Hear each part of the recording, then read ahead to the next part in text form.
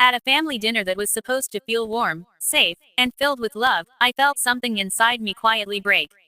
The table was bright, the house was loud, and everyone was smiling, everyone except me. I sat there listening as my parents talked about my sister's achievements, her successes, her bright future. I stayed silent, holding my glass, trying not to let the tremor in my hands show. And then it happened. My father looked directly at me with a calm face and said, almost casually, "Nobody needs your money, or you." My mother nodded. My sister didn't even hesitate before agreeing. The world inside me collapsed so quietly that no one even heard it. I stared at the silver spoon on the table, watching the reflection of a girl who suddenly meant nothing to the people she had loved the most. I didn't argue, I didn't cry, I didn't raise my voice. I only sat there, breathing, observing, memorizing every word. Quietly planning things they never expected. Where are you watching this video from? Let me know in the comments. My name is Charlotte Reed, and I am 29 years old. And this is the story of how silence became my greatest weapon. Growing up, I always believed families were unbreakable. I thought warmth was a promise, love was a guarantee, and blood meant something. But as I crossed into adulthood, life gently peeled back those illusions. My parents loved perfection, and my older sister, Amelia, was exactly that: polished, admired, chosen. I, on the other hand, was the quiet one, the one who built her life alone, the one who tried to prove she mattered. I started my own business at 23, worked days and nights, and eventually became financially stable enough to help my parents pay bills, repair their home, and even clear their debts. I did it happily. I did it with love. But love without value becomes invisible. The night of that family dinner wasn't sudden. It was simply the final confirmation of what I had been sensing for years. The small dismissive glances, the way they only called me when they needed something, the way my achievements didn't make their eyes light up the way Amelia's did. I had mistaken usefulness for belonging. And now, sitting at that table, hearing my father say I wasn't needed, I realized something painful but freeing. They had never seen me. Not the way I tried. Not the way I loved. Not the way I broke. When the dinner ended, I didn't shout or demand answers. I simply stood up, placed the napkin on the chair, and quietly walked out, each step building a new layer of steel inside me. What they didn't know was that silence remembers everything. And mine was about to reshape their world. I went home that night and sat in my dimly lit apartment, the city lights flickering through my window like distant stars. I didn't cry, not because it didn't hurt, but because something colder, sharper, was settling in my chest. I had always responded with patience, with tenderness, with giving more than I received. But now I realized that silence could become a boundary, a weapon, and a path to reclaiming myself. Over the next few days, I stopped calling them, stopped checking on them, stopped sending the monthly financial support they had grown entitled to. I simply disappeared from their world the same way they had erased me at the dinner table, quietly, without ceremony. At first, they didn't notice, then they grew confused. And eventually, desperate. My sister called first, pretending to just check in. My mother sent long dramatic messages about family unity. My father stayed silent, but I knew he was the one most affected, because silence from someone who used to serve your needs becomes extremely loud when it stops. But I didn't reply, not out of anger, but out of clarity. While they scrambled, I focused entirely on rebuilding myself. I expanded my business, moved to a better apartment, and started learning the art of living without seeking validation. The quiet of my home no longer felt empty, it felt cleansing. And then, slowly, life began turning its pages. People who once overlooked me started noticing my growth. Opportunities opened. My business received a major partnership offer.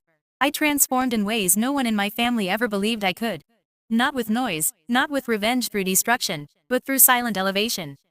And with every success, my absence became a mirror my family could no longer avoid. What they saw in that mirror would soon force them to face the truth. Months passed before I heard my father's voice again. It came as a voicemail, a long, strained message layered with discomfort he wasn't used to feeling. He said the family was going through a difficult time. He said Amelia had lost her job. He said their debts were piling back up. He said they needed help. The same sentence that had shattered me months ago returned to them like a slow-moving storm. They needed help, but this time, they didn't have me. I played the voicemail twice. Not out of satisfaction, because true revenge isn't joy. It's clarity. It's peace. It's the quiet knowing that life has turned in a full circle without you needing to move a single piece. Still, I didn't respond. Instead, I focused on the new chapter opening in my life. My company launched a digital branch, expanding internationally. I traveled alone for the first time, London, Edinburgh, Dublin, learning the world through my own eyes. Each city felt like a breath I had been holding for years finally released. Every night, in hotel rooms with soft golden lighting, I wrote small notes to myself in a journal. You were enough. You were never the problem. Silence can be healing. Let them learn what they taught you. And still, the messages from home multiplied. My dear, why are you ignoring us? Family supports each other. We're worried. Your sister is struggling. Your father hasn't been well.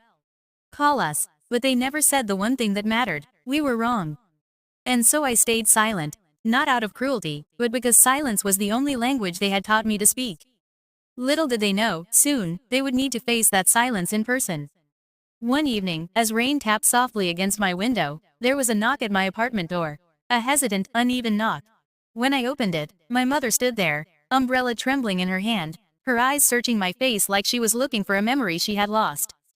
Charlotte, please, she whispered, but I didn't speak. I simply stepped aside and let her in. She walked around my apartment, quietly observing the life I had built without them. The elegant space. The calm environment. The success that radiated from every corner. She sat down slowly, fingers interlocked, shoulders heavy with guilt she wasn't ready to name. We didn't mean what we said, she murmured. I stayed still. We were under stress. Silence. You know your sister, sometimes she gets jealous. Silence. Your father wasn't feeling well that day. Silence. Excuses, softened lies, rewritten memories. Finally, without looking at me, she said, we need your help. She didn't say she loved me, she didn't say she regretted it. She didn't say they were sorry, just, need. I watched her, calm, unshaken. The same woman who once dismissed my achievements was now sitting in a home I built alone, asking for support she never appreciated when I freely gave it. I wish you had come earlier, she whispered, tears pooling in her eyes, when we still had something left. Her words weren't an apology, they were grief for losing access, not losing me. I walked to the window, looking at the city lights, feeling a strange serenity wash over me.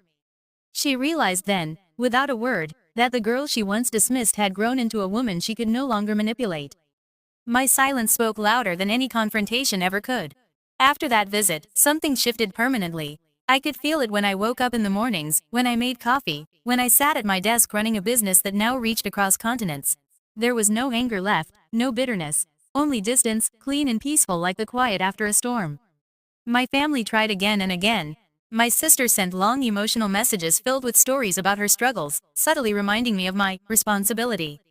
My father sent short, stubborn texts asking for updates.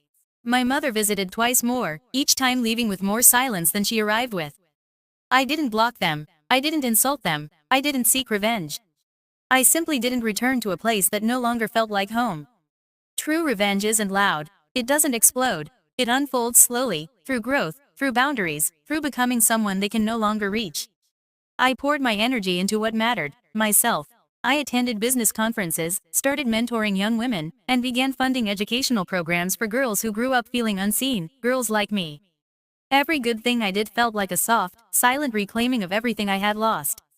One afternoon, during a charity event, I saw a reflection of myself in a glass door, calm, steady, self-made. A woman who had walked through emotional abandonment and come out not wounded, but refined. That reflection became my closure. My family didn't vanish. They lingered on the edges of my life, waiting for the girl who once solved everything for them. But she was gone. In her place stood someone stronger, someone whole. And soon, they would face the final truth about who I had become. The final turning point came a year later. I received an invitation, handwritten, formal, almost desperate. It was from my sister, inviting me to a small family gathering. I knew what it was. Another attempt to pull me back into the role of the silent fixer. But something inside me told me to go, not to return, but to close the last door calmly. When I arrived, the house that once felt loud now seemed worn and strangely hollow. My parents looked older, quieter. My sister's eyes were filled with a mixture of pride swallowed by regret. They all watched me walk in, self-assured, poised, changed. Charlotte, my father said, voice cracking slightly, you've become different. It wasn't praise, it was realization. I sat down, letting the silence settle. It didn't feel heavy anymore. It felt like a boundary finally acknowledged. My mother finally whispered the words I had been waiting to hear, not because I needed them, but because she needed to say them. We were wrong. I nodded gently, not in forgiveness, not in acceptance, just in understanding. I wasn't here to reopen wounds. I wasn't here to rebuild what had already collapsed.